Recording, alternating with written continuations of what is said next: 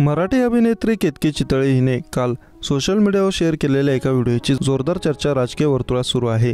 राज्य सरकारने वक्फ बोर्डला दिलेल्या 10 कोटी रुपयांविरोधात केतकीने प्रचंड संताप व्यक्त केला। याबाबत बोलताना केतकी चितळे खूपच आक्रमक झालेली दिसून आली। एवढेच नव्हे तर उपमुख्यमंत्री देवेंद्र फडणवीस यांच्याबाबत बोलताना तिचा तोलच ढसळला।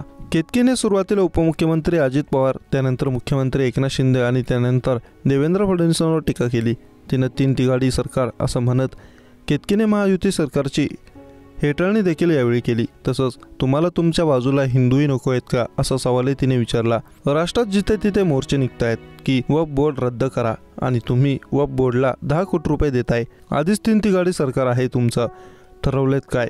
तुम्हाला तुमच्या बाजूला हिंदूही नको आहेत का हेही ठरवले का तुम्ही? म्हणणं काय तुमचं?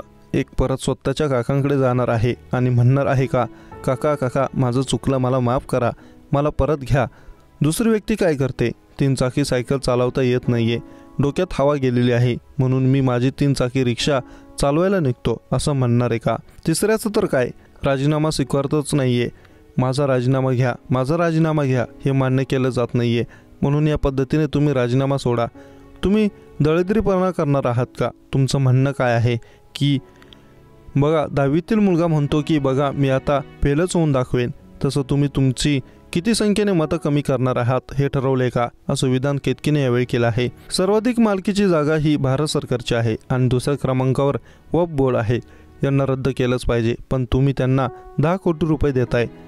संघाला तोडलं, सनातींना तोडतायत। नोटाला आयुष्यभर मी शिव्या घालत आलेली आहे की नोटा एवढा भिकारीपणा या जगात नसेल, पण थँक्यू 3 तिघाडी सरकार, तुमच्यामुळे विधानसभेत नक्कीच नोटाचं बटन दाबेन। आता केतकीच्या या विधानानंतर तिच्यावर कोणत्या पद्धतीची कारवाई होणार का हे पाहणं महत्त्वाचं ठरणार आहे।